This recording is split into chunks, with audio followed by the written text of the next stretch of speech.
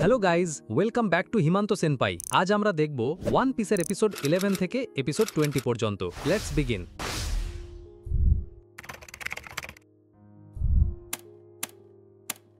গল্পের শুরুতে দেখা যায় সবাই উসপের জন্য অপেক্ষা করছে। উসপের ছোট পাইরেট দলের সদস্যরা বলে তাদের মাস্টার উসপ যখন খুব দুঃখী থাকে তখন সে সমুদ্রের ধারে চলে। কিছুক্ষণ পরেই দেখা যায় উসপ দৌড়ে আসে। নামি তাকে দেখে জোরোকে বলে, দেখো উসপ আসছে। জোরো অবাক হয়ে বলে, ও একা কেন? লুফি কোথায়? উসপ তার ছোট দলের সদস্যদের উপেক্ষা করে খুব দ্রুত গ্রামের দিকে দৌড়াতে থাকে। এটা দেখে নামি ভাবে যে হয়তো উসপ তার বাবার কথা শুনে রেগে আছে। উসপের দলের সদস্যরা বলা বলি করে যে আজকে আমাদের মাস্টারকে অন্যরকম দেখা, ওর চোখ অন্য রকমের দেখা যায়। সব গ্রামে পৌঁছেই সবাইকে চিৎকার করে সতর্ক করে যে গ্রাম থেকে পালিয়ে যাও, পাইরেটস আসছে, তোমরা সবাই মারা পড়বে। তার চিৎকার শুনে গ্রামবাসীরা তাদের ঘর থেকে ঝাড়ু এবং অন্যান্য জিনিসপত্র নিয়ে বেরিয়ে আসে এবং উসপের উপর খুব রেগে যায়। তারা বলতে থাকে যে উসপ একটা 1 নম্বর মিথ্যাবাদী এবং সব সময় তাদের সাথে মিথ্যে কথা বলে। একজন মহিলা বলেন, ক্ল্যাহাডোর যদি বলতো তাহলে আমি বিশ্বাস করতাম, কারণ সে সবসময় সত্যি কথা বলে। এই কথা শুনে সব অবাক এবং খুব দুঃখী হয়। এরপর সিন পাল্টে কায়ার ম্যানশনে যায়। সেখানে তার বাটলার ক্ল্যাহাডোর তার জন্য একটি বিশেষ চশমা নিয়ে আসে এবং বলে, আপনি যেমনটা চেয়েছিলেন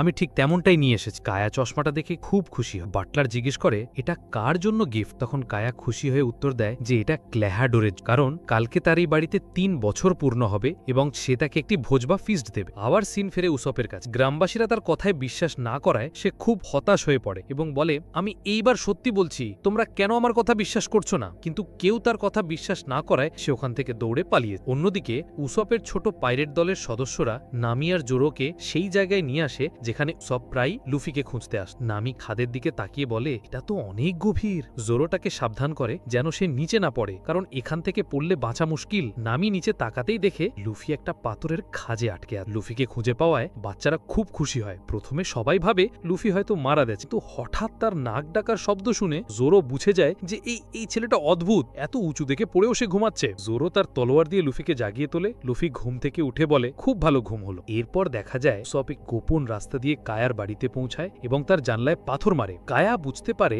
যে উসপ এসেছে এবং সে জানলা খুলে। উসপকে দেখে কায়া খুব খুশি হয়, কারণ উসপ বলেছিল সে আর আসবে না। কিন্তু উসপ একটু খুশির মেজাজে ছিল না। সে কায়াকে চিৎকার করে বলে, কায়া, এই বাড়ি থেকে পালিয়ে যাও, তোমার বাটলার কাল তোমাকে মেরে ফেলবে। এই কথা শুনে কায়া অবাক এবং দুঃখী পায়, বলে, এটা কেমন মজা? উসপ বলে, এটা কোনো মজা নয়, আমি নিজের কানে শুনেছি তোমার বাটলার আসলে একজন পাইরেট এবং সে কাল তার দলবল নিয়ে এই গ্রামের ওপর হামলা করবে এবং তোমার সব সম্পত্তি কেড়ে নিয়ে তোমাকে মেরে ফেলবে। কায়া খুব দুঃখী পায় এবং বলে, এটা একটা বাজে রসিকতা। সব তাকে বোঝানোর চেষ্টা করে যে তাদের পালাতে হবে। অন্য সিনে লুফি সবাইকে সেই কথা জানায় যা সে নিজের কানে শুনেছিল, কিন্তু কারোরই তেমন কোনো অবাক হওয়ার রিয়াকশন ছিল না। এর পরের সিনে উসপ কায়ার সাথে কাটানো মুহূর্তগুলোর কথা মনে করে দুঃখ পায়, কারণ আজ কায়া তার কথা একটুও বিশ্বাস করছে না। কায়া উসপকে বলে, তুমি আগে তোমার অ্যাডভেঞ্চার নিয়ে অনেক মিথ্যা গল্প শুনিয়েছ, আমার সেগুলো ভালো লাগতো, কিন্তু আজকের মিথ্যাটার একদমই ভালো নয়। ঠিক তখনই ক্ল্যাহাডর সেখানে এসে উসপকে কায়ার থেকে দূরে সরে যেতে বলে। উসপ কায়াকে ধরে বলে যে সে তাকে বাঁচাবে। ক্ল্যাহাডর তখন তার বন্দুক বের করে উসপের দিকে তাক করে। উসপ কায়াকে নিয়ে জানলা দিয়ে নিচে ঝাঁপ দেয়। কায়ার বডিগার্ডরা তাকে বাঁচাতে আসে, কিন্তু উসপ তার গুলতি দিয়ে তাদের সরিয়ে দেয়। যখনই উসপ কায়ার হাত ধরে পালাতে যায়, কায়া হঠাৎ করে উসপকে একটি শক্তিশালী থাপ্পড় মারে। এই প্রথম কায়া উসপের গায়ে হাত তোলে। উসপ অবাক হয়ে যায় এবং বুঝতে পারে না তার সাথে কি হলো। কায়া চোখে জল নিয়ে উসপকে বলে, তুমি সত্যি একটা খুব বাজে মানুষ। ক্ল্যাহাডর বন্দুক চালায়, কিন্তু কায়া উসপকে বাঁচাতে তার সামনে চলে আসে। গুলিটা উসপের হাতের পাশ দিয়ে চলে যায়, যার ফলে তার হাত জখম হয়ে যায় এবং রক্ত বের হতে থাকে। ঠিক তখনই গ্রামবাসীরা সেখানে এসে পৌঁছায়। ক্ল্যাহাডর তাদের উসপকে ধরতে বলে। উসপ সেখান থেকে জঙ্গলের দিকে পালিয়ে যায় এবং গ্রামবাসীরা তার পিছু নেয়। সিন পাল্টে ক্যাপ্টেন কুরোকে দেখানো হয় যে তার ক্রুদের বলছে, কাল আমরা গ্রামে হামলা করব আর কায়াকে মেরে ফেলবো, তার অর্ধেক সম্পত্তি আমি রাখবো আর বাকিটা তোমাদের মধ্যে ভাগ করে দেব। এই কথা শুনে তার ক্রু খুব খুশি হয়। সন্ধ্যা হয়ে গেছে। উসপ তার বলা মিথ্যার জন্য অনুতপ্ত এবং কায়ার সাথে কাটানো ভালো মুহূর্তগুলো মনে করছে। সেভাবে যে এই গ্রাম ছেড়ে চলে যাবে। ঠিক তখনই তার ছোট পাইরেট দলের সদস্যরা সেখানে আসে। তাদের দেখে উসপ তার হাতের ক্ষত কাপড়ের নিচে লুকিয়ে ফেলে। তাদের পিছনেই দাঁড়িয়েছিল লুফি, নামি আর জোরো। লুফিকে দেখে উসপ অবাক হয়ে যায় এবং জিজ্ঞেস করে, তুই বেঁচে আছিস কি করে? লুফি উত্তর দেয়, আমি তো এখনই ঘুম থেকে উঠলাম। উসপের বন্ধুরা বলে যে তারা লুফির কাছ থেকে সব শুনেছে এবং সবাইকে পাইরেটদের ব্যাপারে জানিয়ে দেবে। উসব প্রথমে ভাবে এটাই ঠিক হবে, কিন্তু পরক্ষণেই সে হাসতে শুরু করে আর বলে, এটা তো একটা মজাই ছিল, কোনো পাইরেট এখানে আসছে না। লুফি বুঝতে পারে যে উসব মিথ্যা বলছে। উসবের সাথে তার বন্ধুরাও হাসতে হাসতে চলে যায়, কিন্তু যাওয়ার আগে তারা বলে যে আমরা জানি তুমি কতটা ভালো মানুষ, আর তুমি কারোর মন দুঃখ দেওয়ার জন্য মিথ্যা বলবে না, আমাদের তোমার উপর বিশ্বাস আছে। পরের সিনে নামি উসবের ক্ষতস্থানে পট্টি বেঁধে দিচ্ছে। লুফি আর জরো সেখানে দাঁড়িয়ে আছে। উসব দুঃখের সাথে বলে, আমার কথা কেউ বিশ্বাস করে না, কারণ আমি একজন মিথ্যাবাদী। নামি জিজ্ঞেস করে, তাহলে কি সত্যি পাইরেটরা আসবে না? উসব জোর দিয়ে বলে, তারা অবশ্যই আসবে, আমি একা হলেও তাদের সাথে লড়বো এবং আমার গ্রামকে বাঁচাবো। জরো বলে, একা কেন,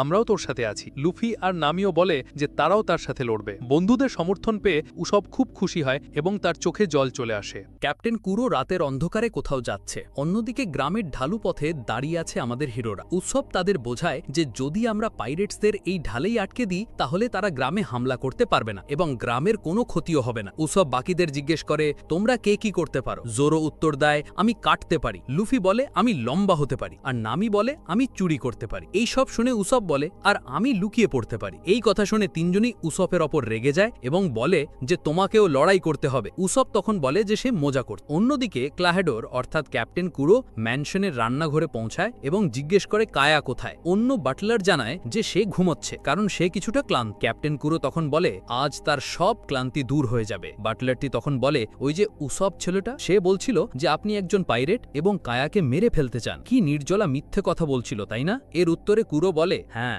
একদমই নির্জলা মিথ্যে। হঠাৎ কুরোর নজর কায়ার দেওয়া সেই উপহারটির ওপর পড়ে যা সে তার জন্য বানিয়েছিল। বাটলার জানায় যে এটা তার জন্য একটি উপহার। ম্যানশনে 3 বছর পূর্ণ হওয়ায় কায়া এটা তাকে নিজের হাতে দিতে চেয়েছিল। কুরো শয়তানি হাসি দিয়ে উপহারটি দেখে এবং বলে, চলো এটা আমি আজই পরে নেব। এই বলে সে উপহারটি নিচে ফেলে দেয় এবং তার ওপর পা রেখে চশমাটি পুরোপুরি ভেঙে ফেলে। বাটলার অবাক হয়ে চিৎকার করে বলে, আপনি এটা কি করছেন? কায়া এটা আপনার জন্য অনেক কষ্ট করে বানিয়েছিল। কুরো তখন বলে, চলো 3 বছরের নাটক আজ শেষ করা যাক। সে তার হাত থেকে ধারালো ব্লেড বের করে এবং বাটলারের দিকে এগিয়ে গিয়ে বলে, এই 3 বছরে আমার সাথে কাজ করার জন্য ধন্যবাদ। এরপর সে তার বুকে নিজের ব্লেড ঢুকিয়ে দেয় এবং তাকে খুন করে ফেলে। এরপর ক্যাপ্টেন কুরো কায়ার ঘরের দিকে যায়, কিন্তু জানলার বাইরে দেখে যে সকাল হতে চলেছে। তাই সে কায়াতে কখন মারে না এবং ঘর থেকে বেরিয়ে যায়। অন্য একটি সিনে কুরোর জাহাজে তার জলদস্যুরা জ্যাঙ্গোকে ঘুম থেকে তোলে এবং বলে যে গ্রামে হামলা করতে যেতে হবে। জ্যাঙ্গো ঘুম থেকে উঠে বলে, এখন তো অর্ধেক রাত, এত তাড়াতাড়ি কেন জাগালি? কিন্তু তারপর বলে, যাই হোক, যখন উঠিয়েই দিয়েছিস তাহলে চলো আক্রমণের জন্য প্রস্তুত হও। এদিকে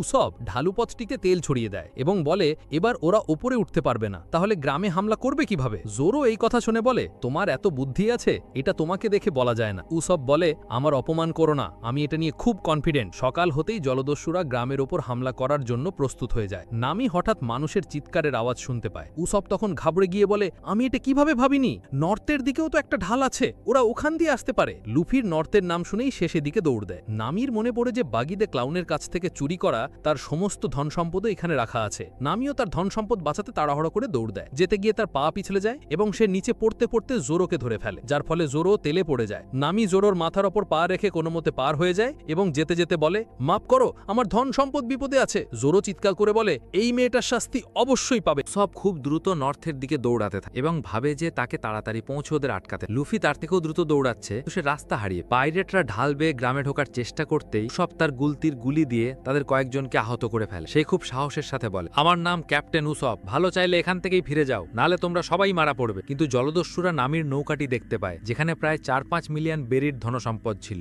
উসব তোমার চিৎকার করে বলে, ওই ধনসম্পদ আমার, ওটা তোমরা নিয়ে নাও, কিন্তু গ্রামের ওপর হামলা করো না। জলদস্যুরা বুঝতে পারে যে উসব এবারও মিথ্যে বল। জ্যাঙ্গো তখন উসবকে সম্মোহন বা হিপনোটাইজ করার চেষ্টা করে। উসব তার চোখের দিকে তাকিয়ে সম্মোহিত হতে যাচ্ছিল, ঠিক তখনই পেছন থেকে নামি ছুটে এসে নিজের লাঠি দিয়ে জ্যাঙ্গোর মাথায় আঘাত করে। উসব অবাক হয়ে বলে, তুমি আমাকে মারার সাহস কি করে করলে? নামি উত্তর দেয়, আমি তো তোমার জীবন বাঁচিয়েছি, ও তোমাকে হিপনোটাইজ করছিল।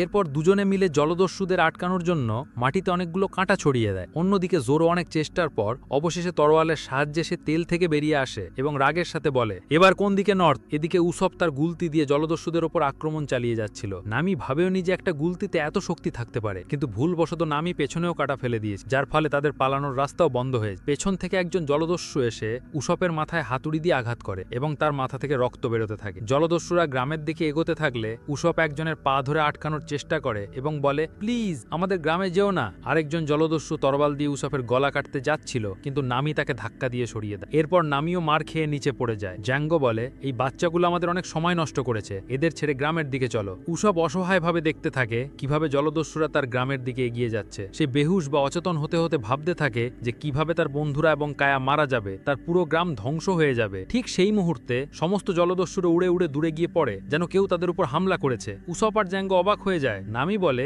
তোমরা একদম সঠিক সময় এসেছো। আর তখনই দেখা যায় জোরো আর লুফিকে, যারা খুব রেগে আছে। জোরো চিৎকার করে নামিকে বলে, তোর সাহস কি করে হলো আমাকে তেলে ফেলার? আর লুফি উসপকে বলে, তোর সাহস কি করে হলো আমাকে নর্থের ভুল রাস্তা দেখানোর? জ্যাঙ্গো অবাক হয়ে ভাবে, এরা আবার কারা?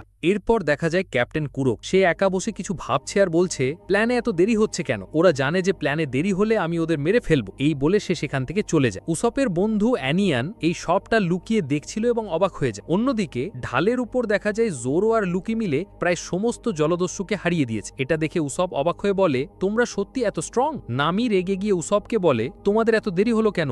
জোরো আরও রেগে গিয়ে নামিকে বলে, তোর জন্যই আমি ওই তেলের মধ্যে ফেসে গিয়েছিলাম। নামি উত্তর দেয়, ওটা তো একটা ছোটখাটো অ্যাক্সিডেন্ট ছিল। লুফি তখন উসপের উপর রেগেছিল কারণ উসপ তাকে নর্থের ভুল রাস্তা বলেছিল। জ্যাঙ্গো বুঝতে পারে যে তার দল আমাদের হিরোদের সামনে টিকতে পারবে না। সে তখন তার ট্রাম্প কার্ড ব্যবহার করে। সে তার নিজের দলের সদস্যদেরই হিপনোটাইজ করতে শুরু করে যাতে তারা আরও শক্তিশালী হয়ে ওঠে। লুফি এই পুরো ঘটনাটা খুব মনোযোগ দিয়ে দেখছিল। হিপনোটাইজ হওয়ার পর জলদস্যুরা আরও হিংস্র এবং শক্তিশালী হয়ে ওঠে। একজন জলদস্যু পাহাড়ের উপর এত জোরে ঘুষি মারে যে পাহাড়ের একটা অংশ ভেঙে নিচে পড়েছে। জোরো এটা দেখে অবাক হয়ে বলে, একটা সাধারণ হিপনোসিস থেকে এত শক্তি কিভাবে আসতে পারে? উসপ ভয় পেয়ে বলে, ওরা তো এখন আরও শক্তিশালী হয়ে গেছে, আমরা এদের সাথে জিততে পারবো না। লুফি তখন থেকে খুব অদ্ভুত আচরণ করছিল। সে হঠাৎ রেগে গিয়ে জলদস্যুদের দিকে তেড়ে যায় এবং নিজের গোমু গোমুনমিয়ের শক্তি দিয়ে একের পর এক পাইরেটকে হারাতে শুরু করে। জ্যাঙ্গো এটা দেখে অবাক হয়ে যায় এবং ভাবে যে এই ছেলেটা সাধারণ কেউ নয়, হঠাৎ এর মধ্যে এত শক্তি কোথার থেকে এলো? লুফি এরপর জাহাজের বিশাল একটা অংশ উপরে ফেলে এবং সেটা নিয়েই জলদস্যুদের উপর ঝাঁপিয়ে পড়ে। কিন্তু সেই বিশাল কাঠামোর নিচে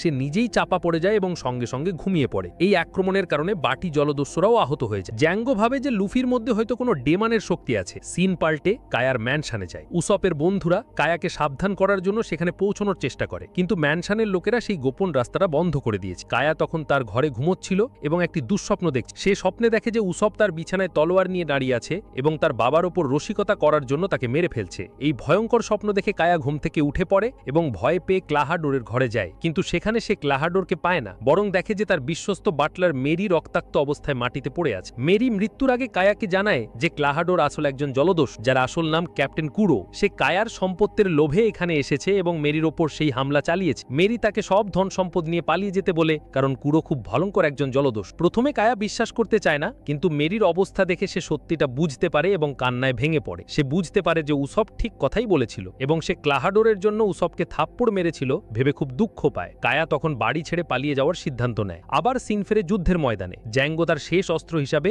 মিয়াউবান ব্রাদার্স অর্থাৎ শাম আর বুচিকে ডাকে, কিন্তু তারা জোরোকে দেখে খুব ভয় পেয়ে যায় এবং বলে, আমরা এর সাথে লড়তে পারবো না, এ তো খুব শক্তিশালী লাগছে। জ্যাঙ্গো রেগে গিয়ে বলে, ক্যাপ্টেন কুরো তোমাদের মেরে ফেলবে যদি তোমরা আমার আদেশ না মানো। এই কথা শুনে বুচি জোরোর উপর হামলা করে। জোরো তার 3 শর্ট স্টাইল ব্যবহার করার জন্য প্রস্তুত হয়, কিন্তু শাম চালাকি করে পেছন থেকে তার 2টো তলোয়ার চুরি করে নেয়। এখন জোরোর কাছে মাত্র একটি তলোয়ার। সে বলে যে সে 1 শর্ট স্টাইলে খুব একটা পারদর্শী নয়, কিন্তু সে চেষ্টা করবে। দুই ভাই মিলে জোরোর উপর আক্রমণ করে। উসপ তাদের মনোযোগ নষ্ট করার জন্য গুলতি দিয়ে হামলা করতে যায়। জ্যাঙ্গো এটা দেখে ফেলে। জোরো উসপ আর নামিকে বাঁচানোর জন্য ইচ্ছে করে উসপের গুলিটা নিজের উপর নিয়ে নেয়, আর এই সুযোগে মিয়াওবান ব্রাদার্স তাদের ধারালো নখ দিয়ে জোরোর বুকে গভীর ক্ষত করে দেয়। জোরো গুরুতরভাবে আহত হয়। নামি তার তলোয়ারগুলো ফিরিয়ে আনার জন্য দৌড়ে যায়, কিন্তু জ্যাঙ্গো তার রাস্তা আটকে দেয়। ঠিক সেই মুহূর্তে জ্যাঙ্গো একটা অদ্ভুত অনুভূতি পায় এবং সামনে তাকিয়ে দেখে একজন লোক দাঁড়িয়ে আছে। সেই লোকটিকে দেখে জ্যাঙ্গো ভয় কাঁপতে শুরু করে এবং বলে, আমি বোঝাতে পারবো কেন আমাদের আক্রমণে এত দেরি হলো। সেখানে এসে পৌঁছেছে স্বয়ং ক্যাপ্টেন কুরো।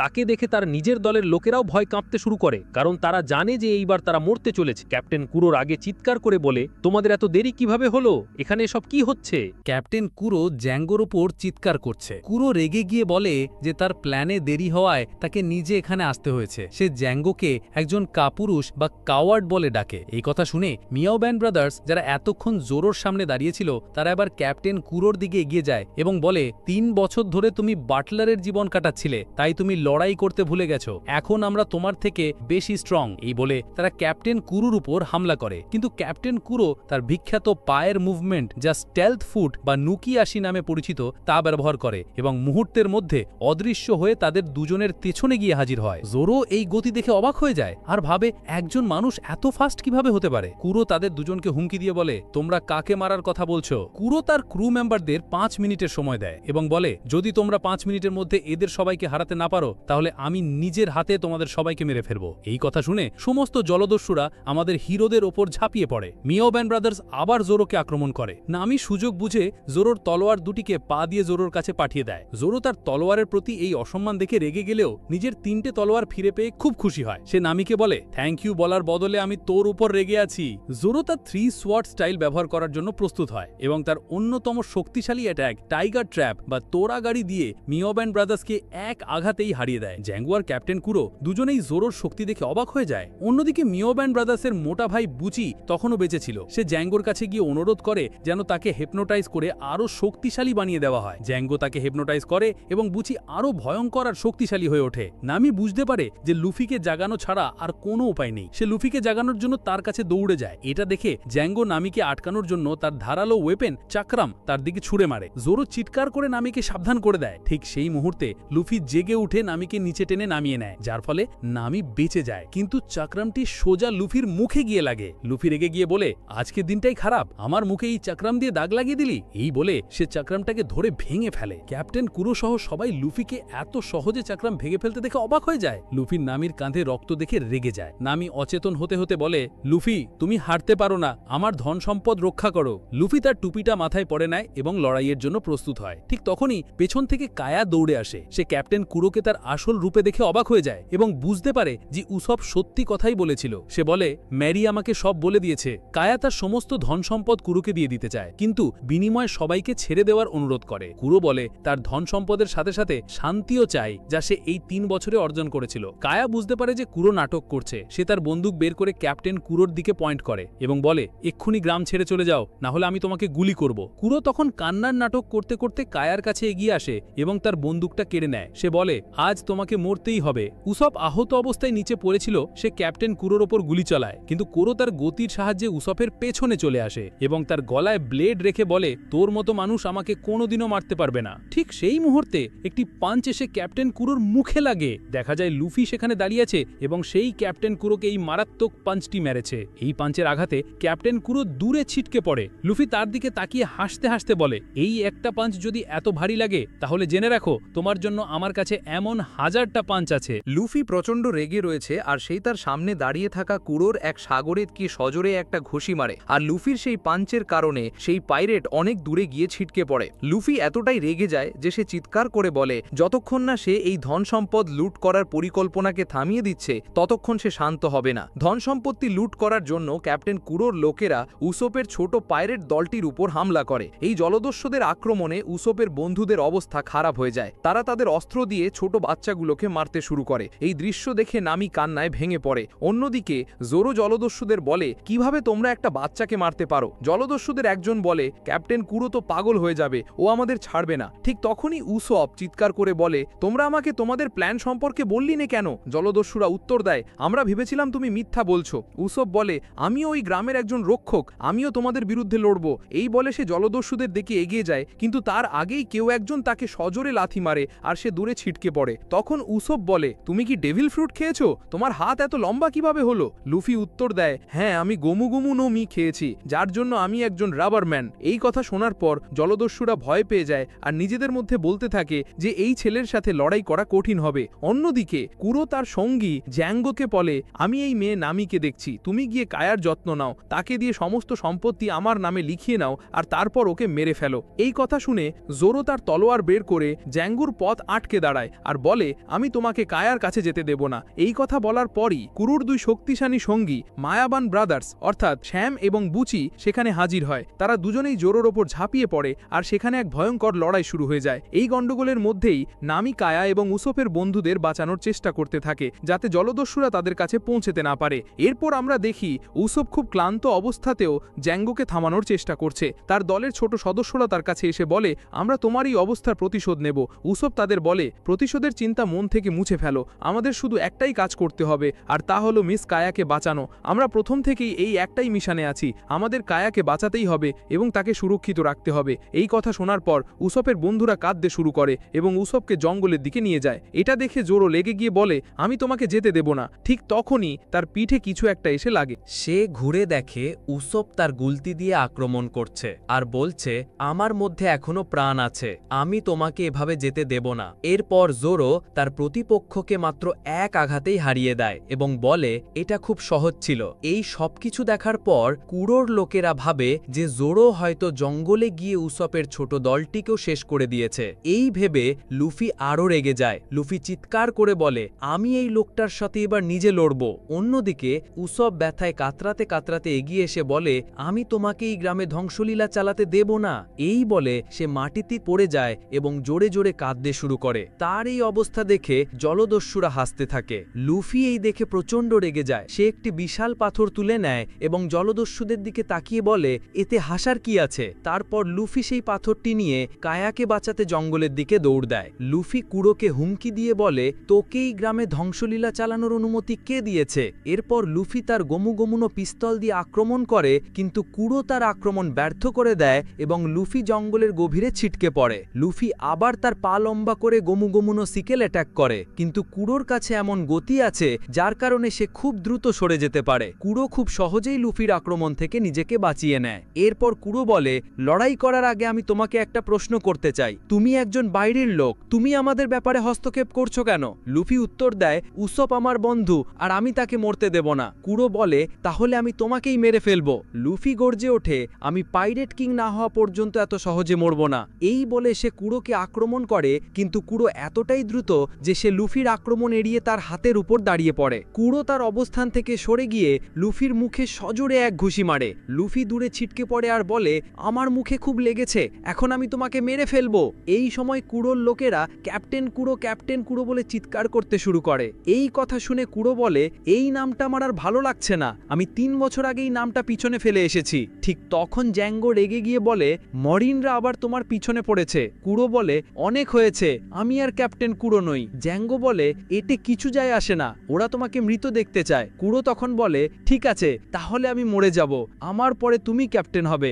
এরপর ফ্ল্যাশব্যাকে দেখানো হয় যে কুড়ো সমুদ্রে তার ক্রুয়ের সাথে ছিল আর মারিনদের চোখে ধুলি দেওয়ার জন্য সে নিজের মৃত্যুর নাটক করে। জ্যাঙ্গো তার হাইপোনেসিস ব্যবহার করে ক্যাপ্টেন মর্গানকে নিয়ন্ত্রণ করে এবং সবাইকে বিশ্বাস করায় যে ক্যাপ্টেন কুড়োকে ফাঁসি দেওয়া হয়েছে। এর মাধ্যমে আসল কুড়ো পালিয়ে যায় এবং একটি নকল কুড়োকে মারিনরা ধরে নিয়ে যায়। কুড়ো ভাবে, এখন আমি মুক্ত আর এই কুড়ো নামটা পৃথিবী থেকে মুছে যাবে। ফ্ল্যাশব্যাক শেষ হয় এবং বর্তমান সময়ে কুড়ো বলে, আমার 3 বছরের পরিকল্পনা আজই সম্পন্ন হতে চলেছে। সে তার ক্যাট ক্লজ বের করে লুফিকে আক্রমণ করতে যায়। লুফি একটি বড় পাথর তুলে নিজেকে রক্ষা করে, কিন্তু কুড়োর ধারালো নখ সেই পাথরকেও কেটে ফেলে। লুফি তখন বলে, আমার স্বপ্ন তোমার পরিকল্পনার চেয়ে অনেক বড়, আমি তোমার মতো লোকের কাছে জীবনেও হারব না। এরপর সিন দেখানো হয় উসপের বন্ধুদের, যারা কায়াকে নিয়ে জঙ্গলের মধ্যে দিয়ে পালাচ্ছিল। তারা কায়াকে ভরসা দিয়ে বলে, আপনার কিছু হবে না, কারণ জাঙ্গো এখনো জঙ্গলের গভীরে পৌঁছাতে পারেনি। কায়া এই ভেবে খুশি হয় যে এখন সবাই সুরক্ষিত, কিন্তু হঠাৎই পিছন থেকে এক অদ্ভুত আওয়াজ আসতে থাকে। দেখা যায় জাঙ্গোর ধারালো চাকা বা চাকরাম জঙ্গলের সমস্ত গাছ কেটে ফেলছে, আর কিছুক্ষণের মধ্যেই ধুলোর মধ্যে থেকে জাঙ্গো বেরিয়ে আসে। সে চিৎকার করে বলে, তোমরা কোথায় লুকিয়ে আছো আমি জানি না, কিন্তু আমার হাত থেকে তোমরা বাঁচতে পারবে না। আমি পুরো জঙ্গল খালি করে দেব, কিন্তু তোমাদের খুঁজে বের করবই। এই শুনে 3 জন ছোট পাইরেট কায়াকে নিয়ে লুকিয়ে পড়ে এবং ফিসফিস করে বলে, শুধু ও যেন আমাদের দেখতে না পায়। কিন্তু ভুলবশত জাঙ্গো অন্যদিকে চলে যায় আর কায়া এবং বাকিরা যেখানে লুকিয়েছিল সেখানেই বসে থাকে। অন্যদিকে দেখানো হয় উসপ আহত অবস্থায় জোরোর কাঁধে ভর দিয়ে কায়াকে বাঁচানোর জন্য এগিয়ে চলেছে। জাঙ্গোকে দেখে কায়া ও বাকিরা ভয় পেয়ে যায়। কায়া তখন উসপের বন্ধুদের বলে, তোমরা এখনো ছোট, তোমাদের সামনে পুরো জীবন পড়ে আছে, তোমরা আমাকে এখানে ছেড়ে চলে যাও। ততক্ষণে জাঙ্গো আর চাকরাম দিয়ে জঙ্গলের অর্ধেক গাছ কেটে ফেলেছে। উসপের বন্ধুরা বলে, আমাদের একটাই উদ্দেশ্য ছিল আপনাকে বাঁচানো, আর আমরা সেটাই পূরণ করব। এই কথা শুনে কায়া একদিকে যেমন খুশি হয়, তেমনি তাদের জন্য দুঃখও পায়। জাঙ্গো ততক্ষণে পায়ের ছাপ দেখে তাদের কাছাকাছি চলে আসে। এরপর সিন আবার লুফি এবং কুরোর লড়াইয়ে ফিরে আসে। কুরোর ক্যাট ক্লজ পাথরের সাথে ধাক্কা লেগে ভেঙে গেছে, যা দেখে কুরো প্রচণ্ড রেগে যায় এবং উপস্থিত বাকি জলদস্যুরাও অবাক হয়ে যায়। তারা বলতে থাকে, ওগুলো তো খুব শক্তিশালী ছিল, এটা কিভাবে ভেঙে গেল। কিন্তু তারা পরক্ষণই আবার উল্লাস করতে শুরু করে এই ভেবে যে কুরোর কাছে এখনো আরেক হাতের পাঞ্জা বাকি আছে আর সে সহজেই জিতে যাবে। কুরো তখন রেগে গিয়ে বলে, এই ছেলেটাকে মারার পর আমি তোদের সবাইকে মেরে ফেলবো। এই কথা শুনে জলদস্যুরা অবাক হয়ে জিজ্ঞেস করে, আমাদের কেন মারবে? কুরো উত্তর দেয়, আমি জাঙ্গোকেও মারবো। আমি এমন কোনো প্রমাণ রাখতে চাই না যা থেকে কেউ জানতে পারে যে আমি ক্যাপ্টেন কুরো। এই কথা শুনে জলদস্যুরা হতবাক হয়ে যায়। কুরো আরো বলে, এই সবকিছুই আমার 3 বছরের পরিকল্পনার অংশ ছিল। সে তার ক্রু মেম্বারদের কুকুরের দলের সাথে তুলনা করে, বলে তোমরা হচ্ছ কুকুরের মতো যারা সব সময় তাদের ক্যাপ্টেনের কথা শুনে, তোমাদের যেমন খুশি ব্যবহার করা যায়। এই কথায় তার লোকেরা খুব রেগে যায়, কিন্তু লুফি একটুও ভয় পায় না। কুরো লক্ষ্য করে যে লুফি তার চোখের দিকে সোজা তাকিয়ে আছে আর একদমই ভয় পাচ্ছে না। লুফি বলে, যদি হাজার হাজার লোকও তোমার কথা মানে তাহলেও তুমি ক্যাপ্টেন হতে পারো না। উসব একাই তোমার থেকে ভালো ক্যাপ্টেন। এই কথা শুনে কুরো প্রচন্ড রেগে গিয়ে তার দ্রুত গতির মুভমেন্ট আবার শুরু করে। সে লুফিকে বলে, এখন আমি তোকে দেখাচ্ছি মজা। কুরো হঠাৎই লুফির সামনে থেকে অদৃশ্য হয়ে যায়, কিন্তু লুফি আন্দাজ করে একটা ঘুষি চালায় আর কুরোকে ধরে ফেলে। ঘুষি খেয়ে কুরো অনেক দূরে ছিটকে পড়ে আর এতটাই জোরে পড়ে যে তার পিছনের মাটি ফেটে যায়। কুরোর আগে পাগল হয়ে বলে, এখন আমি তোকে দেখাবো আসল লড়াই কাকে বলে। সে এক অদ্ভুত ভঙ্গিতে নিজের শরীরকে দোলাতে শুরু করে। এই দৃশ্য দেখে তার জলদস্যুরা ভয় পেয়ে যায় আর বলতে থাকে, আপনি কি সেই বিপজ্জনক কৌশলটা ব্যবহার করতে যাচ্ছেন? দয়া করে এটা করবেন না, না হলে আমরাও মারা যাব। লুফি বুঝতে পারে না যে তারা কি নিয়ে ভয় পাচ্ছে। সে অবাক হয়ে কুরোর দিকে তাকিয়ে থাকে। জলদস্যুরা কাঁদতে কাঁদতে বলতে থাকে, দয়া করে এটা করবেন না।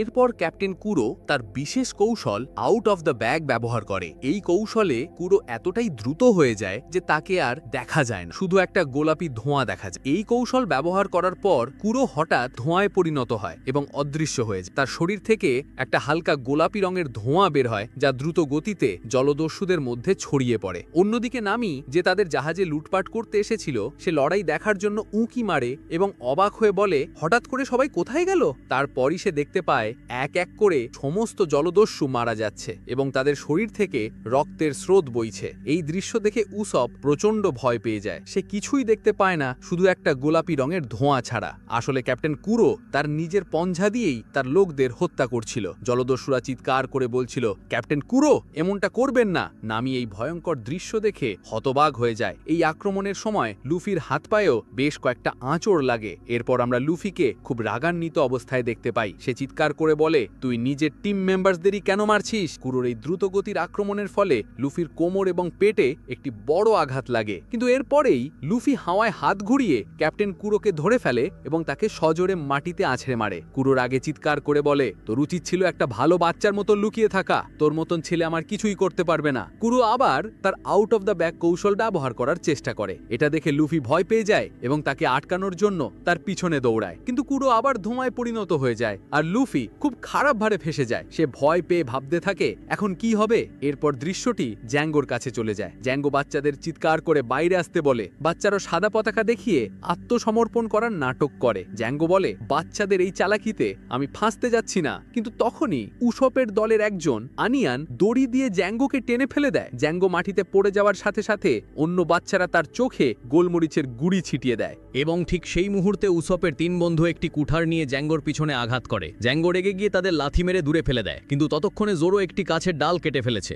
এবং উসপ তার গুর্তি তাক করে প্রস্তুত। তারা দুজনেই এমনভাবে হাসে যেন তারা জানে যে তারা জিততে চলেছে। অন্যদিকে কুরোর জলদস্যুরা লুফিকে চিয়ার করতে শুরু করে। এটা দেখে লুফি রেগে যায় এবং তার ঘাড় লম্বা করে তাদের কাছে গিয়ে বলে, তোরা কেমন জলদস্যু রে? নিজেদের ক্যাপ্টেনের মরার জন্য প্রার্থনা করছিস? ঠিক সেই মুহূর্তে উসপ তার গুলতি দিয়ে জোরোর কাটা সেই কাঠের টুকরোটিকে সজোরে আঘাত করে, যা সোজা গিয়ে জ্যাঙ্গোর খোথায় লাগে এবং তার মাথা ফেটে যায়। একই সময় লুফি তার লম্বা ঘাড় দিয়ে সজোরে ক্যাপ্টেন কুরোর মাথায় আঘাত করে। কুরো সেখানেই জ্ঞান হারিয়ে ফেলে। এই দেখে জলদস্যুরা অবাক হয়ে যায়। তারা বলে, যাকে মেরিনরাও হারাতে পারেনি তাকে এই বাচ্চা ছেলেটা কিভাবে হারিয়ে দিল? তারা চিৎকার করে লুফিকে জিজ্ঞেস করে, তুই কে?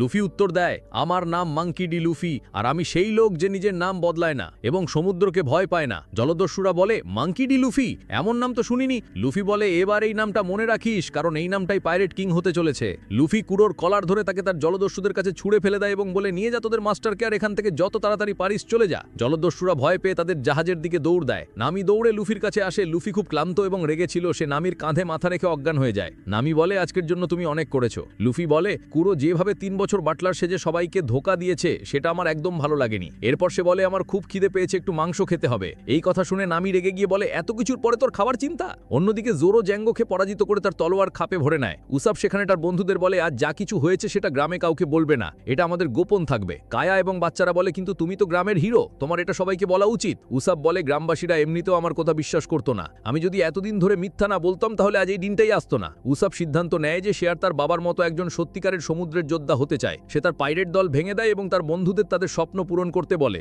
একজন বলে সে বারটেন্ডার হতে চায়, একজন কার্পেন্টার এবং অন্যজন নভেলিস্ট। উসাব বলে স্বপ্নই আমাদের কাছে সবচেয়ে দামি, যাও নিজেদের স্বপ্ন পূরণ করো। এই কথা বলার সাথে সাথেই তাদের পাইরেট পতাকাটি ছিঁড়ে হাওয়ায় উড়ে যায়, যা তাদের দলের সমাপ্তি বোঝায়। এরপর দেখানো হয় কায়া এবং তার বাটলার মেরি লুফি এবং তার দলকে একটি উপহার দেয়, একটি নতুন জাহাজ। জাহাজটি দেখে সবাই খুব খুশি হয়ে যায়। লুফি বলে আমরা কি সত্যিই এত বড় উপহার রাখতে পারি? কায়া বলে হ্যাঁ, আমাদের জীবনের থেকে তো বড় নয়। উসব তার জিনিসপত্র নিয়ে বাড়ি থেকে বেরোবার চেষ্টা করছিল, কিন্তু তার ব্যাগটা এত বড় ছিল যে সে দরজা দিয়ে বেরোতে পারছিল না। অবশেষে সে গড়াতে গড়াতে সবার কাছে পৌঁছায়। কায়া তাকে বলে তোমার স্বপ্ন অনেক বড়, আমি তোমাকে আটকাবো না। উসব বলে আমি ফিরে এসে তোমাদের আমার ভ্রমণের সত্যি গল্প শোনাবো। লুফি তখন উসবকে বলে তাড়াতাড়ি জাহাজে উঠে আয়। উসব অবাক হয়ে বলে আমিও কি তোমাদের সাথে যাব? লুফি বলে আমরা তো ভেবেছিলাম তুমি আমাদের ক্রু মেম্বার। এই কথা শুনে উসব খুব খুশি হয়ে যায় এবং বলে আমি তোমাদের ক্রু জয়েন করছি, কিন্তু ক্যাপ্টেন আমি হব। লুফি পেছন থেকে চিৎকার করে বলে ক্যাপ্টেন তো আমি। এরপর তারা তাদের নতুন জাহাজ গোয়িং মেরিতে চড়ে তাদের নতুন যাত্রার জন্য রওনা দেয়। কায়া দূর থেকে তাদের যেতে দেখে। মেরি তাকে উসপের অতীত সম্পর্কে বলে। উসপের বাবা যখন সমুদ্রে পাড়ি দিয়েছিল তখন তার মা খুব অসুস্থ হয়ে পড়েছিল। উসপ তার মাকে খুশি করার জন্য রোজ চিৎকার করে বলতো পাইরেটসরা আসছে, যাতে তার মা ভাবে যে তার বাবা ফিরে এসেছে। মায়ের মৃত্যুর পরেও সেই অভ্যেসটা সে ছাড়তে পারেনি। এই গল্প শুনে কায়া সিদ্ধান্ত নেয় যে সে একজন ভালো ডাক্তার হবে। আর অন্যদিকে উসপের 3 বন্ধু তাদের ক্যাপ্টেনের ঐতিহ্য বজায় রাখার জন্য ব্রামে চিৎকার করতে শুরু করে পাইরেটসরা আসছে, পাইরেটসরা আসছে। সেই বিশাল শিপটিকে, যেটা এখন লুফির, এই শিপটি তাকে কায়া উপহার দিয়েছিল। উসব সেই শিপের উপর ক্যাপ্টেন সাজার অভিনয় করছে আর বলছে যদি একটাও পাইরেট এই শিপে আক্রমণ করে আমি একজনকেও ছাড়বো না, সবাইকে মেরে ফেলবো। কিন্তু সে দেখে তার কথায় কেউ পাত্তা দিচ্ছে না। জোরো ঘুমাচ্ছে আর নামি যথারীতি নিজের ম্যাপ দেখায় ব্যস্ত। উসব তখন বলে তোমরা কি নিজেদের মধ্যে একটুও কথা বলো না, শুধু নিজের কাজই করতে থাকো? হঠাৎ পেছন থেকে লুফি চলে আসে আর উসব ভয় পেয়ে যায়। লুফি বলে দেখ আমি এটা বানিয়ে ফেলেছি। সে তাদের পাইরেট ফ্ল্যাগটিকে দেখায় যেটা সে এঁকেছে, কিন্তু ফ্ল্যাগটা খুবই বাজে হয়েছিল আর আঁকা বাঁকা ছিল। এটা দেখে জোরো পর্যন্ত ভয় পেয়ে যায়। লুফি বলে আমরা এটাকে আমাদের শিপে লাগাবো। নামি বলে এটা তো খুবই বাজে হয়েছে আর তুমি এটা এত আঁকা বাঁকা করে বানিয়েছো। উসব তখন গর্বের সাথে বলে আমার 50 বছরের অভিজ্ঞতা আছে ফ্ল্যাগ বানানোর। জোরো বলে তাহলে তো তোমার এখনই অনেক আগেই মরে যাওয়ার কথা। উসব বলে মজা করছিলাম। এরপর উসব সেই ফ্ল্যাগটাকে ঠিক করতে শুরু করে, কিন্তু সে নিজের মতোই একটা লম্বা নাকওয়ালা চিহ্ন বানিয়ে দেয়। লুফি আর জোরো পেছন থেকে তাকে মেরে বলে শিপের ক্যাপ্টেন আমি, তাই আমার মতো ফ্ল্যাগ বানাও। অবশেষে উসব ফ্ল্যাগটাকে ঠিক করে দেয়। নামি বলে হ্যাঁ এটা এখন অনেক ভালো লাগছে। লুফি বলে একদম পারফেক্ট, তাড়াতাড়ি এটাকে শিপে লাগিয়ে দাও। সবাই মিলে ফ্ল্যাগটাকে জাহাজে লাগিয়ে দেয় আর লুফি বলে এখন আমাদের গোয়িং মেরি যাত্রার জন্য একদম তৈরি। শিপ চলতে শুরু করে আর ঠান্ডা বাতাস বইতে থাকে। হঠাৎ তারা দেখে আকাশ কালো মেঘে ঢেকে যাচ্ছে আর বিদ্যুৎ চমকাচ্ছে। নামি তার চুলের অবস্থা দেখে বলে যেমনটা আমি ভেবেছিলাম। সে জানায় এটা একটা লেজেন্ডারি দ্বীপ যেখানে অনেক দামি গুপ্তজন লুকোনো আছে, কিন্তু যে পাইরেটই সেখানে গেছে সে আর জীবন্ত ফিরে আসেনি। মানুষের বিশ্বাস ওই দ্বীপে ভগবান থাকেন আর যে কেউ সেখানে লুট করতে যায় তার ওপর ভগবানের অভিশাপ নেমে আসে। হঠাৎই বৃষ্টি শুরু হয়। লুফি বলে তাড়াতাড়ি শিপটাকে দ্বীপের দিকে নিয়ে চলো। উসব পাল ঠিক করতে থাকে আর শিপটি দ্বীপের কাছে পৌঁছে যায়। তারা সবাই সেই গভীর জঙ্গলে প্রবেশ করে। লুফি, নামি আর জোরো গুপ্তধনের খোঁজে জঙ্গলের মধ্যে ঘুরতে থাকে। তারা সেখানে অদ্ভুত গাছপালা দেখতে পায়। লুফি ভাবতে থাকে এই জঙ্গলে এমন কি বিপদ আছে যেখান থেকে কোনো পাইরেট ফিরে যায়নি। নামি বলে এখানে এমন এক গুপ্তজন আছে যা আজও কেউ খুঁজে পায়নি। উসব ভয় পেয়ে বলতে থাকে আমাকে ভয় দেখাস না, আমি এমনিতেই ভয় পাচ্ছি। তার মনে হচ্ছিল ঝোপের আড়াল থেকে অনেক রাক্ষস তাকে দেখছে। জোরো বলে আমি খুব ক্লান্ত। এই বলে সে জঙ্গলের এক কোণে ঘুমিয়ে পড়ে। লুফি বলে এ তো বরাবরের মতো যেখানে সেখানে ঘুমিয়ে পড়ে। এরপর উসব একটা অদ্ভুত প্রাণী দেখে যার মাথাটা খরগোশের মতো। তার মাথায় বৃষ্টির জল পড়ায় সে অদ্ভুত আচরণ করতে শুরু করে। তারপর একটি প্রাণী তার হাত চাটতে থাকে। সে প্রথমে ভাবে লুফি, কিন্তু পরে দেখে ওটা একটা কুকুর যার মাথাটা মুরগির মতো। তারা সবাই দেখে যে এই জঙ্গলের সমস্ত প্রাণী দুটি প্রাণীর মিশ্রণ। হঠাৎ এক ভারী গলায় আওয়াজ আসে এই জঙ্গল ছেড়ে চলে যাও। সবাই অবাক হয়ে যায়। সেই আওয়াজ আবার বলে যদি নিজেদের জীবন ভালোবাসো তাহলে এই জঙ্গল ছেড়ে চলে যাও। লুফি বলে এটাই কি সেই জঙ্গলের ভগবান যে সবাইকে ভয় দেখিয়ে তাড়িয়ে দেয়? আওয়াজটি আবার বলে এখান থেকে চলে যাও, কারণ যে এই জঙ্গলে এসেছে সে আর ফিরে যায়নি। লুফি বলে তোর গলা তো মানুষের মতো লাগছে, তুই কি মানুষ? নামি বলে এখন এমন কিছু বলো না, আমরা জানি না ওটা কি। সেই কণ্ঠ বলে এই টুপি পরা ছেলেটা আমাকে একজনের কথা মনে করিয়ে দিচ্ছে। সে আরো জানায় এই জঙ্গলের সমস্ত প্রাণী তার গোলাম।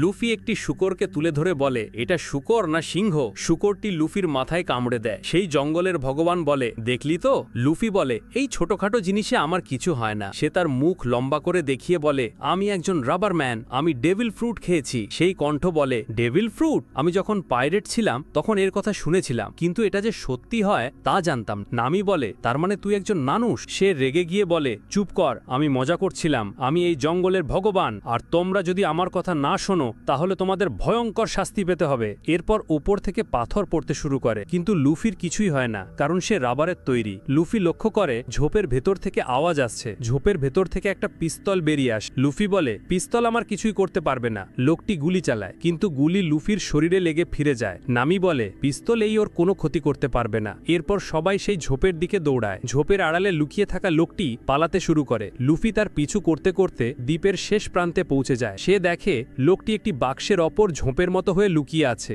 এবং বাক্সের নিচ থেকে তার পা দেখা যায়। তারা বুঝতে পারে সে একজন সাধারণ বেটে মানুষ। লোকটি লুফির থেকে পালানোর চেষ্টা করে, কিন্তু লুফি তার গোমুগোমুনো পিস্তল দিয়ে হাত লম্বা করে তাকে ধরে ফেলে। কিন্তু লোকটির ধাক্কায় তারা দুজনেই কিনার থেকে নিচে পড়ে যায়। নামি এবং উসব ভয় পেয়ে যায়, কিন্তু পরের দৃশ্যেই দেখা যায় লুফি একটি ডাল ধরে ঝুলছে এবং সেই লোকটিকেও বাঁচিয়ে নিয়েছে। লুফি নিজের হাত লম্বা করে আবার উপরে উঠে আসে। নামি সেই ঝোপওয়ালা লোকটির শুশ্রূষা করতে থাকে। উসব বলে, তাহলে তুমি এই দ্বীপের ভগবান যাকে সবাই ভয় পায়? লুফি বলে, তুই তো একটা বাক্সের ছিলে। লোকটি বলে, আমি 20 বছর ধরে এই দ্বীপে আটকে আছি। দেখো আমার চুল কত বড় হয়ে গেছে, আর ভুরু দুটোও জুড়ে গেছে। এমন সময় জোরো ঘুম থেকে উঠে আসে এবং একটি চায়ের কাপে চা খেতে খেতে বলে, এই অদ্ভুত জিনিসটা আবার কি? নামি বলে, তুই তো খুব তাড়াতাড়ি খেয়াল করেছিস। জোরো এবং লুফি মিলে লোকটিকে বাক্স থেকে বের করার চেষ্টা করে। লোকটি বলে, তোমরা কি পাগল? আমি 20 বছর ধরে এই বাক্সে আটকে আছি, আজ কিভাবে বেরোবো? আমার শরীর এটার মধ্যে ফিট হয়ে গেছে। লোকটির নাম গায়মান। সে বলে, তোমরা খুব অদ্ভুত পাইরেট। আমি আজ পর্যন্ত যত পাইরেট দেখেছি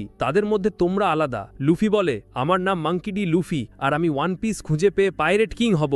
আমাদের কাছে গ্র্যান্ড লাইনের চার্টও আছে। গায়মান বলে, গ্র্যান্ড লাইন থেকে যে 2-1 পাইরেট ফিরে এসেছিল তাদের অবস্থা মৃতদেহের মতো ছিল। 20 বছর আগে যখন পাইরেট কিং গোল্ড রজারের ঘোষণার পর সবাই ওয়ান পিসের খোঁজে বেরিয়েছিল, তখন থেকে এখানে অনেক পাইরেট আসতে শুরু করেছে। লুফি তাকে চার্ট দেখিয়ে বলে, এই দেখো, আমাদের কাছে গ্র্যান্ড লাইনের চার্ট আছে। গায়মান বলে, এটা দেখিয়ে লাভ নেই, আমি পড়তে জানি না। লুফি বলে, আমি বা কোনটা জানি? এই বলে দুজনেই হাসতে শুরু করে। লুফি বলে, ভয়ের কোনো কারণ নেই, ওয়ান পিস আমরা খুঁজে বের করবই। গায়মান অবাক হয়ে ভাবে, এই ছেলেটা এত কনফিডেন্সের সাথে কথা বলছে কি করে? গায়মানকার গল্প বলতে শুরু করে। সে জানায় 20 বছর আগে সে তার ক্যাপ্টেন এবং ক্রুয়ের সাথে এই দ্বীপে গুপ্তধন খুঁজতে এসেছিল। তারা যখন গুপ্তধন লুট করে ফিরে যাচ্ছিল, তখন সে একটি উঁচু পাহাড়ের চূড়ায় আরও কিছু গুপ্তধনের বাক্স দেখতে পায়। সে ভাবে যদি সঙ্গীদের জানায় তাহলে গুপ্তধন ভাগ হয়ে যাবে, তাই সে একা একাই সেই পাহাড়ে চড়তে শুরু করে। সে ওপরে পৌঁছে 7-8টি গুপ্তধনের বাক্স দেখতে পায় এবং খুশিতে পাগল হয়ে যায়, কিন্তু হঠাৎ তার পা পিছলে যায় এবং সে নিচে একটি খালি বাক্সের মধ্যে পড়ে আটকে যায়। সে দেখে তার জাহাজ ছেড়ে চলে গেছে, কিন্তু সে খুশি হয় এই ভেবে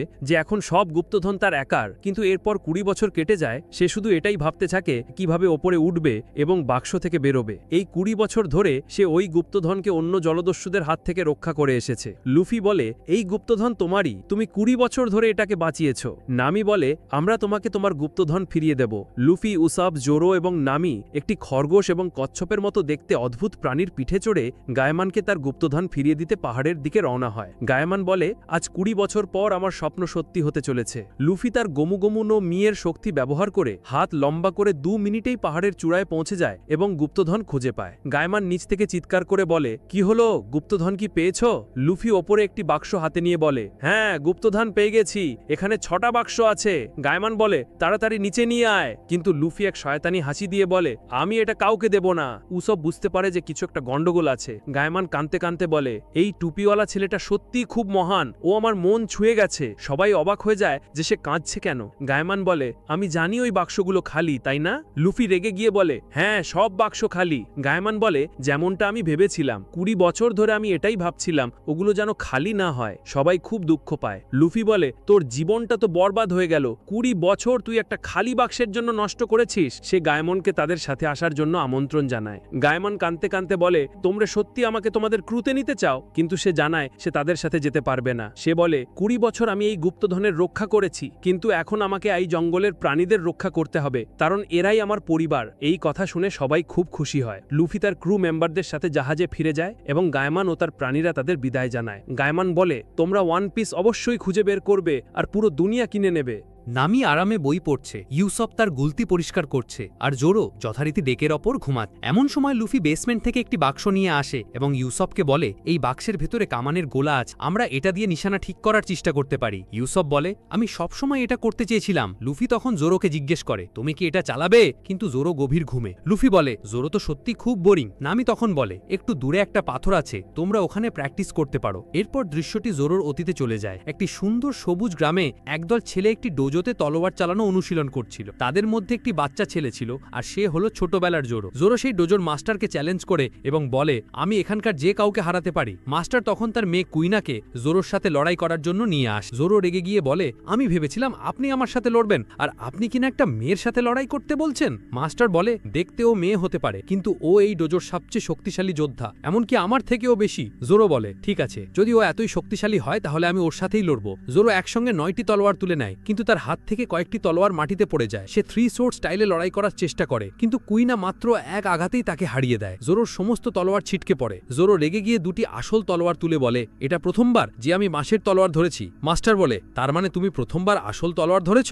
জোরো আবার কুইনাকে আক্রমণ করে, কিন্তু কুইনা এবারও তাকে সহজেই হারিয়ে দেয়। কুইনা তার কাছে এসে বলে, তুমি এখনো অনেক দুর্বল, 10 বছর আগে এসেছো, আর তুমি 2টো তলোয়ার ব্যবহার করার জন্যও প্রস্তুত নাও। জোরো তার হার স্বীকার করে নেয় এবং প্রতিজ্ঞা করে যে সে একদিন কুইনাকে অবশ্যই হারাবে। এরপরের দৃশ্যে দেখা যায় জোরো দিন রাত কঠোর অনুশীলন করছে। সে দৌড়াচ্ছে, তলোয়ার চালাচ্ছে, এমনকি দাঁত দিয়ে ভারী জিনিস তুলছে যাতে সে মুখেও তলোয়ার ধরতে পারে। কুইনা দূর থেকে তার এই কঠোর অনুশীলন দেখত। জোরো ধীরে ধীরে ডোজোর বাকি সবার থেকে শক্তিশালী হয়ে ওঠে, কিন্তু সে কিছুতেই কুইনাকে হারাতে পারে না। কুইনা প্রায় 2000 বার জোরোকে হারায়। একদিন সে জোরোকে বলে, তুমি এখনো আগের মতোই দুর্বল। পেছন থেকে অন্য বাচ্চারা বলে, জোরো দুর্বল নয়, সে এই ডোজোর বগদের থেকেও বেশি শক্তিশালী। কুইনা বলে, কিন্তু ও তলোয়ার চালনায় এখনো আমার থেকে পিছিয়ে আছে এবং কোনোদিনও আমাকে হারাতে পারবে না। জোরো এই কথা শুনে খুব দুঃখ পায় এবং কাঁদতে শুরু করে। সে ভাবে, এত অনুশীলন করার পরেও সে একটা মেয়ের কাছে কিভাবে হারে যাচ্ছে। কুইনা পেছন থেকে এই সবকিছু দেখছিল। অন্যদিকে ডোজোর মাস্টার অন্য একজনের সাথে কথা বলছিলেন। তিনি বলেন, হয়তো জোরোই এই ডোজোকে সামলাবে। লোকটি বলে, আপনার মেয়েও তো শক্তিশালী। মাস্টার বলেন, কিন্তু ও মেয়ে হওয়ায় ডোজো সামলাতে পারবে না। কুইনা আড়াল থেকে এই কথা শুনে ফেলে এবং তার খুব কষ্ট হয়। সে বুঝতে পারে তার বাবা মনে করেন যে মেয়েরা ছেলেদের মতো শক্তিশালী হতে পারে না এবং পৃথিবীর সেরা সোর্সম্যান হওয়া তার পক্ষে সম্ভব নয়।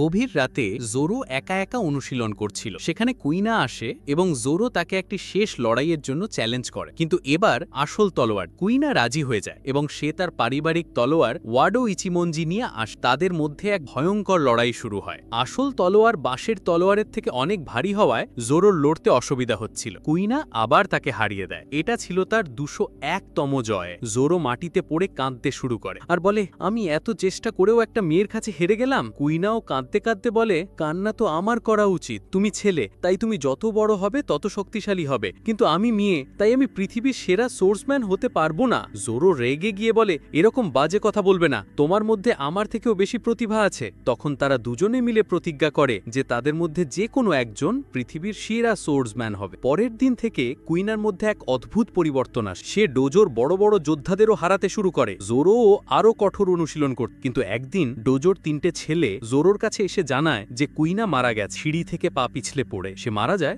আমার তো মনে হয় না সে সিঁড়ি থেকে পড়ে গিয়েছিল। আপনারা কমেন্ট বক্সে জানাতে পারেন যে কুইনা আসলে কিভাবে মারা গিয়েছে। জোরো তার শেষকৃত্য দেখে এবং দৌড়ে ডোজোর ভেতরে চলে যায়। সে তার মাস্টারের কাছে গিয়ে কুইনার তলোয়ারটি চায় এবং বলে, আমি ওর হয়েও শক্তিশালী হব এবং আমার নাম স্বর্গে ওর কাছে পৌঁছে যাব। তখন মাস্টার তার হাতে কুইনার তলোয়ারটি তুলে দেন এবং বলেন, এই তলোয়ারের ভেতরে কুইনার আত্মা আছে, এটাকে সব সময় নিজের সাথে রেখ। এরপর অনেক বছর পরের শো দেখানো হয়। জোরো বড় হয়ে গেছে এবং সে 3 সোর্ড স্টাইল ব্যবহার করে। সে কুইনার সমাধিতে শ্রদ্ধা জানায় এবং তার স্বপ্ন পূরণ করার জন্য যাত্রা শুরু করে। এরপর দৃশ্যটি বর্তমান সময়ে ফিরে আসে, যেখানে জোরো কামানের গোলার আওয়াজে ঘুম থেকে জেগে ওঠে। লুফি আর উসপ নিশানা অনুশীলন করছিল। লুফির নিশানা যেমন তেমন, উসপের নিশানা একদম সঠিক জায়গায় লাগে। উসপ গর্ব করে বলে, আমার বংশেই সেরা নিশানা লাগানোর ক্ষমতা আছে। এরপর সবাই মিলে আলোচনা করে যে তাদের শিপে একজন রাঁধুনি এবং একজন মিউজিশিয়ান দরকার। লুফি বলে, মিউজিশিয়ান তো অবশ্যই লাগবে, কারণ তাহলে আমাদের সময়টা ভালো কাট। হঠাৎ শিপে একজন পাইরেট হান্টার এসে হাজির হয় এবং চিৎকার করে বলে, বাইরে আয় পাইরেট। লুফি বাইরে এসে বলে, তুই কে রে? সে বলে,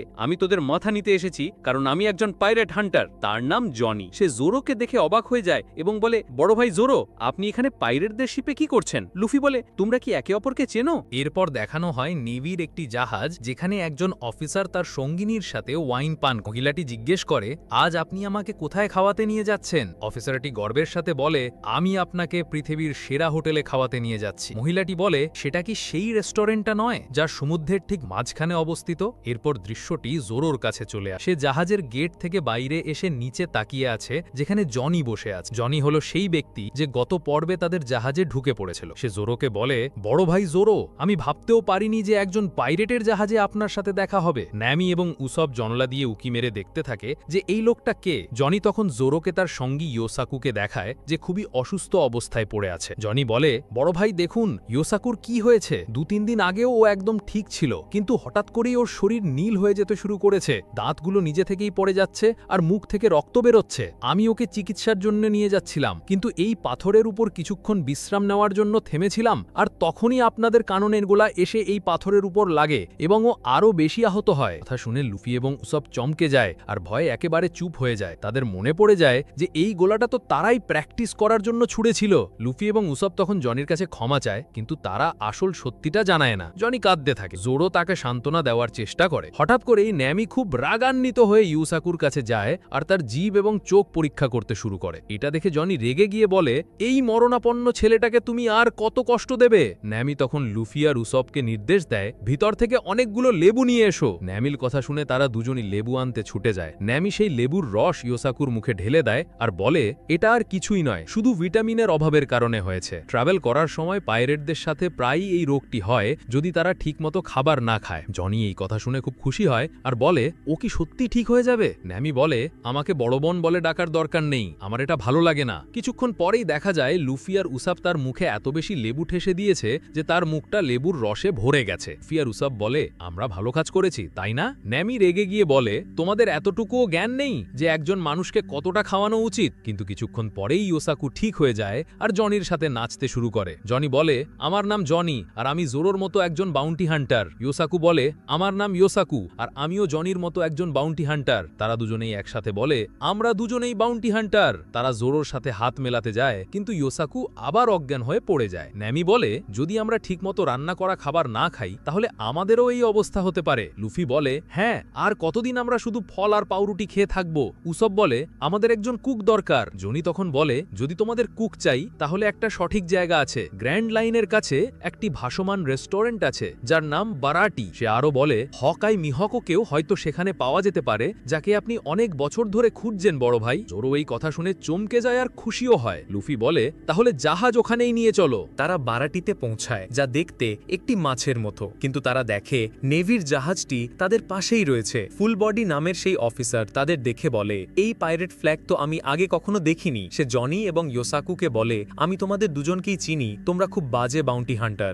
লুফি সামনে এসে বলে, এই জাহাজের ক্যাপ্টেন আমি। তার পেছন থেকে উৎসব এসে বলে, ক্যাপ্টেন তো আমি। লুফি রেগে যায় যে অন্য কেউ নিজেকে ক্যাপ্টেন বলছে। উৎসব আবার বলে, এই ফ্ল্যাগটা আমি বানিয়েছি। ফুল বডি বলে, তাহলে তোমরা শুধু বাচ্চা ছেলে যারা পাইরেট হওয়ার নাটক করছে। নামি তখন ওয়ান্টেড পোস্টার দেখতে থাকে এবং আর্লং নামের একজনের পোস্টার দেখে খুব দুঃখী হয়ে যায়। নেভি তাদের উপর আক্রমণ করার জন্য কামান তৈরি করে এবং গুলিও ছড়ে দেয়। লুফি বলে, এটা আমার উপর ছেড়ে দাও। সে তার গোমুর শক্তি দিয়ে কামানের গোলাটিকে ধরে ফেলে এবং সেটার দিক পরিবর্তন করে দেয়, কিন্তু ভুলবশত সেই গোলাটি গিয়ে বারাটি রেস্টুরেন্টের ছাদে লাগে এবং ছাদটা ভেঙে পড়ে। ফুল বডি এবং তার সঙ্গিনী যখন রেস্টুরেন্টে ঢুকছিল তখন তারা দেখে যে ছাদটা ভেঙে পড়েছে। রেস্টুরেন্টের মালিক, যার একটি পা নেই, সে প্রচন্ড রেগে যায়। লুফি তার কাছে ক্ষমা চায়। লুফি তার ভাঙা পা দেখে ভয় পেয়ে যায়। সেই শেফ তখন লুফির মুখে লাথি মেরে বলে, তোমাকে এর ক্ষতিপূরণ হিসেবে এখানে 1 বছর বিনামূল্যে কাজ করতে হবে। লুফি বলে, 1 বছর? এটা তো খুব সহজ। কিন্তু পরেই সে চমকে গিয়ে বলে, সত্যি কি 1 বছর কাজ করতে হবে? অন্যদিকে ফুল বডি তার সঙ্গিনীকে নিয়ে রেস্টুরেন্টের ভেতরে যায়। একজন ওয়েটার তাদের জন্য ওয়াইন নিয়ে আসে। ফুল বডি ওয়াইনের ব্যাপারে নিজের জ্ঞান দেখানোর চেষ্টা করে, কিন্তু সে ওয়াইনের ভুল নাম বলে। সানজি নামের সেই ওয়েটার, যে আসলে সেখানকার সুশেফ, সে তার ভুল ধরিয়ে দেয় এবং বলে, চুপচাপ স্যুপটা খান। এতে ফুল বডি খুব অপমানিত বোধ করে। এরপর ফুল বডি তার স্যুপের মধ্যে একটি পোকা দেখতে পায় এবং চিৎকার করতে শুরু করে। সানজি সেখানে এসে বলে, আমি তো তোমাকে আগেই বলেছিলাম আমি এখানকার ওয়েটার নই। ফুল বডি তার সাথে তর্ক করতে থাকে। সানজি রেগে গিয়ে বলে, খাবার নষ্ট করবে না, মানে কি তোমার খিদে মেটাতে পারে? এই বলে সে ফুল বডির ঘাড় ধরে তাকে মারতে শুরু করে। ঠিক তখনই জোরো, উৎসব এবং নামি সেখানে পৌঁছায় এবং দেখে যে রেস্টুরেন্টের ভেতরে মারামারি হচ্ছে। আর সানজির এই পাওয়ারফুল এন্ট্রির সাথেই আজকের ভিডিওটি এখানেই শেষ হয়ে যায়। তো আমি চেষ্টা করব পরের ভিডিও খুব তাড়াতাড়ি দেওয়ার। মেবি পরের ভিডিওটা ক্যাপ্টেন কুরোকে নিয়ে হবে। তো দেখতে চাইলে আমাদের সাথেই থাকুন। আনটিল দেন দেখা হবে পরের ভিডিওতে। ততক্ষণ stay safe and stay tune. Tata.